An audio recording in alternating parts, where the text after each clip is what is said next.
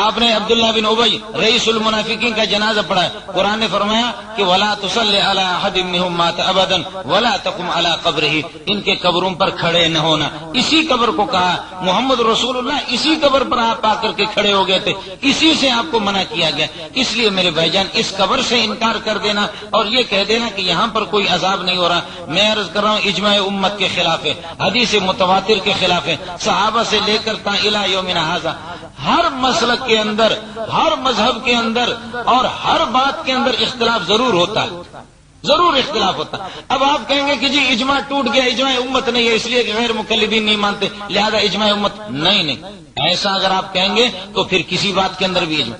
غیر مقلدین کی حیثیت ہے کیا؟ پوری دنیا یا شافعیہ یا مالکیہ یا حنابلہ یا حنفیہ۔ اچھا آپ کو آسان سی بات بتاتا ہوں، اور باتیں تو چھوڑو، غیر مقلدین سے یہ پوچھو آج تک کہ آپ کی حدیث کی کون سی کتاب ہے؟ کچھ بھی نہیں۔ تفسیر کے معتبر آپ کی تفسیر کون سی کتاب ہے؟ کچھ بھی نہیں۔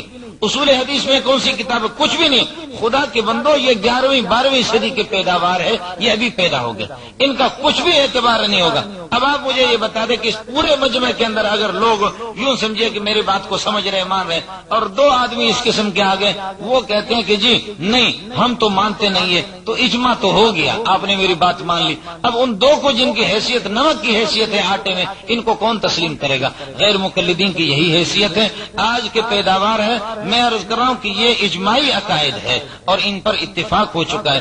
اجماعی مسائل کو چھیڑنا، ان میں اختلاف کر لینا یہ قطعاً اجازت نہیں ہے، اور اس میں یہ ہے کہ جو آدمی اجماعی مسائل میں ٹانگ اڑانے کی کوشش کرتا ہے اس کا واحد علاج یہ ہے آغا خان اسپتال میں داخلہ لے لو، اس کے لیے دماغ کا علاج کرا دو، یا یہ ہے کہ لیاقت اسپتال میں اس کے لیے اس کو نفسیاتی ڈاکٹروں کو دکھا دو، ذہنی یہ ہے کہ جو علاج کرتے ان کو بتا دو کہ ان کا دماغ خراب ہو گیا۔ یہاں لکھا کسی نے اللہ پاک کو خدا کہنا شرک ہے، خدا کوئی نام نہیں ہے، یہ سوال دیا۔ میرے بھائی جان خدا اللہ کا ترجمہ ہے، خدا اللہ کا ترجمہ ہے، خدا کا معنی خود آئندہ۔ آپ یہ بتا دو کہ اللہ کو کسی نے لایا ہے یا خود آیا ہوا ہے؟ یہ اس صورت مولانا فرما رہے ہیں کہ لفظ اللہ کا ترجمہ کیسے ہوگا؟ یہ اس صورت میں جبکہ اس کو مشتق قرار دیا جائے۔ آپ لوگوں کے مشتق جامد کو کیا سمجھیں گے؟ لفظ اللہ کو جب مشتق قرار دیا جائے تو اس کا ترجمہ کیا جائے گا، اور جب جامد قرار دیا جائے تو ترجمہ نہیں کیا جائے گا۔ میں عرض کر رہا ہوں میں جو ترجمہ کر رہا ہوں وہ اشتقاق کی بنیاد پر کر رہا ہوں۔ اللہ کا معنی ہی ہے خود بخود آنے والا، یا اللہ کا معنی وہ عالم للذات الواجب الوجود۔ واجب الوجود کا معنی یہ ہوتا ہے لذات ہی بذات ہی لنفس ہی بنفس ہی لعین ہی بعین ہی، خود بخود آیا ہو، اس کو کسی نے نہیں لایا۔ اور اگر آپ کو سمجھ میں نہ آ جائے هو الاول هو الآخر هو الظاہر هو الباطن، یہی اللہ ہے، خدا اسی کا ترجمہ ہے۔ خدا فارسی میں خدا کا معنی خود آئندہ، خود آیا ہوا ہے، جس کو وجود اپنے ذات ہی سے حاصل ہے، جس کا وجود کسی کا مستعار نہیں ہے، کسی سے حاصل کردہ نہیں ہے، یہ لفظ اللہ کا ترجمہ ہے اور کچھ نہیں۔ آپ مجھے بتا دو رحیم کا کیا معنی ہے؟ مولانا ابراہیم کیا ہے کہاں پہ؟ مولانا ابراہیم دہلوی اپنی کتاب کشف المغالطہ صفحہ نمبر میں رقم قبر اس گڑھے کا نام نہیں جہاں جسد خاکی مدفون کر کے خاک میں ڈالتے ہیں، جہاں تک زندہ لوگوں کے ہاتھ پہنچ سکتے ہیں، اس گڑھے کو برائے نام یا بطور مجاز قبر کہتے ہیں۔ حقیقی قبر یہ نہیں ہے، حقیقی قبر عالم برزخ ہے، دماغ ہی خراب ہے۔ یہی تو مسئلہ میں نے عرض کیا، نہ برزخ کو وہ سمجھے نہ آپ لوگ سمجھے، مسئلہ یہی ہے۔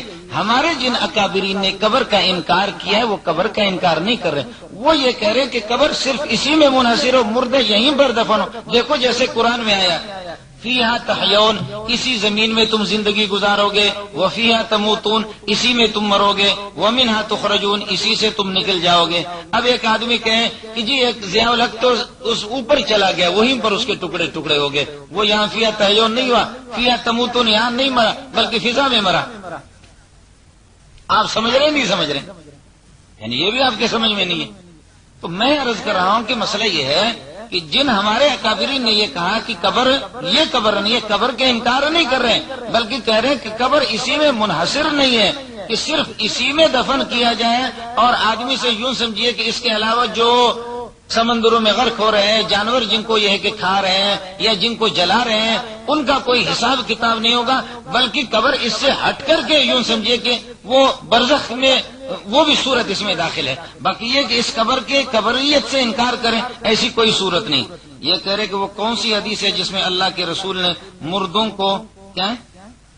مردوں کو ناف اور عورتوں کو سینہ پر ہاتھ باندھنے کا حکم دیا ہے؟ حدیث ہے بھائی، مستدرک حاکم کی بھی روایت ہے، ملفوظات انور شاہ کشمیری میں اللہ انور شاہ کشمیری رحمۃ اللہ علیہ نے بھی روایت نقل کیا ہے، اور اس میں یہ روایت ہے کہ الفرق بین صلاۃ الرجل و بین صلاۃ المرأة، یعنی مستقل حدیث ہے، انشاءاللہ اس کا حوالہ ہم آپ کو دے دیں گے۔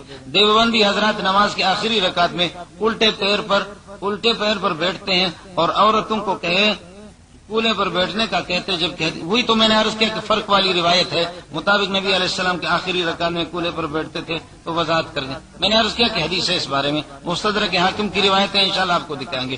کیا نبی علیہ السلام کی والدہ، والد اور چچا عبد المطلب تیار کردہ علمی کیسٹ گھر، فون نمبر 68229999، موبائل 03332179409۔ جنتی ہے، یہ کوئی عقیدہ کا مسئلہ نہیں ہے۔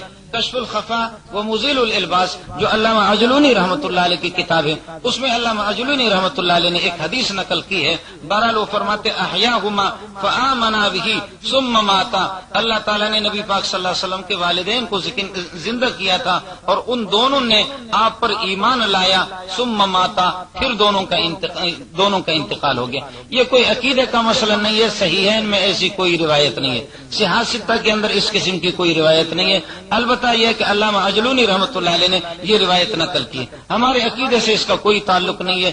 آپ سے یہ نہیں پوچھا جائے گا کہ رسول پاک صلی اللہ علیہ وسلم کے والدین جنتی تھے یا جہنمی تھے۔ البتہ میں نے آپ سے عرض کیا کہ علامہ عجلونی رحمۃ اللہ علیہ وہ ناقد الحدیث ہے، اور اس نے اس کو یہ ہے کہ نقل کیا ہے۔ عقائد علماء دیوبند کے عقیدہ نمبر 3 پر لکھا ہے، زمین کا وہ حصہ جو نبی علیہ السلام کے جسم اطہر کو چھوئے ہوئے سب سے افضل ہے، یہاں تک کہ کعبہ شریف اور عرش و کرسی سے بھی افضل ہے۔ کیا آپ اس سے متفق ہیں؟ جی ہاں، میں اس سے بالکل متفق ہوں۔ آپ حضرات بات سمجھنے کی کوشش کریں۔ یہ اس بات کو تو آپ مانتے ہیں کہ رسول پاک اللہ کے علاوہ ما سوى اللہ کے علاوہ مخلوق خدا میں اللہ کی جتنی بھی مخلوق ہے، مخلوق میں سب سے زیادہ افضل ہے۔ اور مخلوق کس کو کہتے ہیں؟ کچھ تو بولو۔ کہ جب اللہ تھے اور وہ نہ ہو تو اس کے بعد والے سارے کے سارے مخلوق ہوں گے۔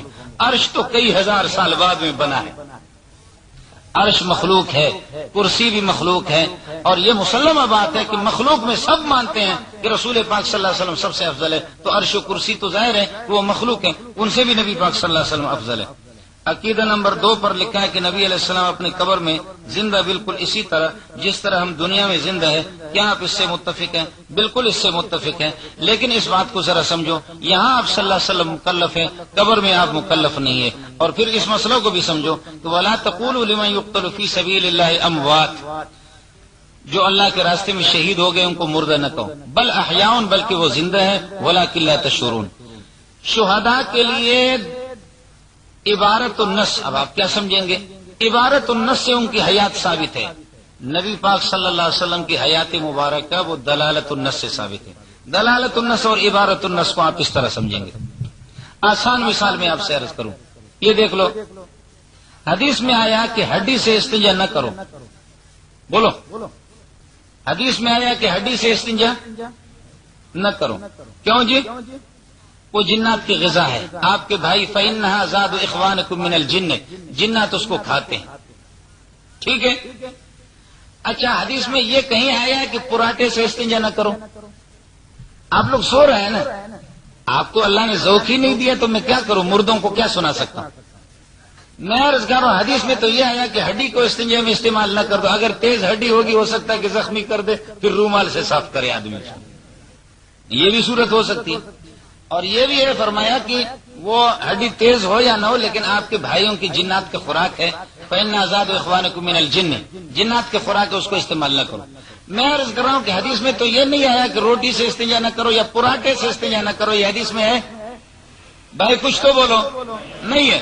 لیکن ہم کیا کہیں گے؟ ہم یہی کہیں گے کہ جب وہ ہڈی خالص ہماری غذا نہیں ہے بلکہ ہمارے بھائیوں کی غذا ہے، اس سے جب استنجا کی اجازت نہیں دی گئی ہے تو پراٹھے سے بطری کا اولا ہی اجازت نہیں ہوگی۔ یہ ہے دلالت النص. جب وہ ادنا ہے مکمل وہ غذا نہیں ہے، جنات کی غذا ہے، ہماری غذا نہیں ہے، ہڈی ختم ہو گیا.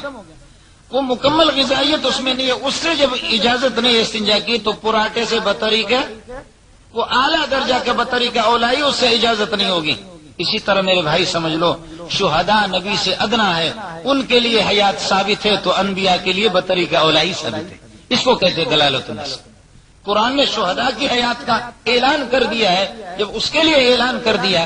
اچھا دوسرا مسئلہ ذرا سمجھ لینا، اللہ کرے کہ آپ لوگ سمجھنے کی کوشش کرو، یہ مسئلہ سمجھنے کی ہے. ہمارے بہت سے علماء ان کا بھی انشاءاللہ ذہن صاف ہو جائے گا. نبی پاک صلی اللہ علیہ وسلم فرماتے مررت بقبر موسیٰ وہو یصلی وہو قائم یصلی. موسیٰ علیہ السلام کی قبر سے میرا گزر ہو گیا، نبی موسیٰ علیہ السلام قبر میں نماز پڑھ رہا تھا.